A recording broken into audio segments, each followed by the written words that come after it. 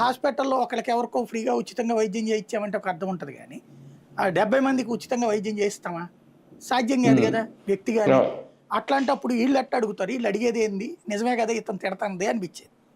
కానీ అట్లాంటిది ఆచరణలో తెచ్చిపెట్టినోడు రాజశేఖర రెడ్డి కదా పాదయాత్ర తర్వాత. ఫీజు రియంబర్స్మెంట్, ఆరోగ్యశ్రీ అన్న ఆలోచన ఎక్కడి నుంచి వచ్చింది? పాదయాత్ర అవును. సందర్భంగా వచ్చింది. ఎందుకని? అవును. ఎక్కడ పోయిన ప్రజలు చెప్తున్న సమస్య ఏంటి? మీకేంటమ్మా పొలం చేసుకుంటున్నామయ్యా, ఏంటమ్మా సమస్య? మా పిల్లోడిని చదివించడం అయ్యా, స్కూల్ ఉంది కదమ్మా, గవర్నమెంట్ స్కూల్ ఉందయ్యా, సరిగ్గా చెప్పేసావరయ్యా, లేదు టీచర్లు లేరయ్యా. ఇలాంటి కొరతలు తీర్చే ప్రయత్నం తన అధికారంలోకి వచ్చాక చేశాడు. నెంబర్ 1. రెండోది, ఆ స్కూళ్ళల్లో ఎంత చదివించినాయే ఉందా గవర్నమెంట్ స్కూల్ అంటే.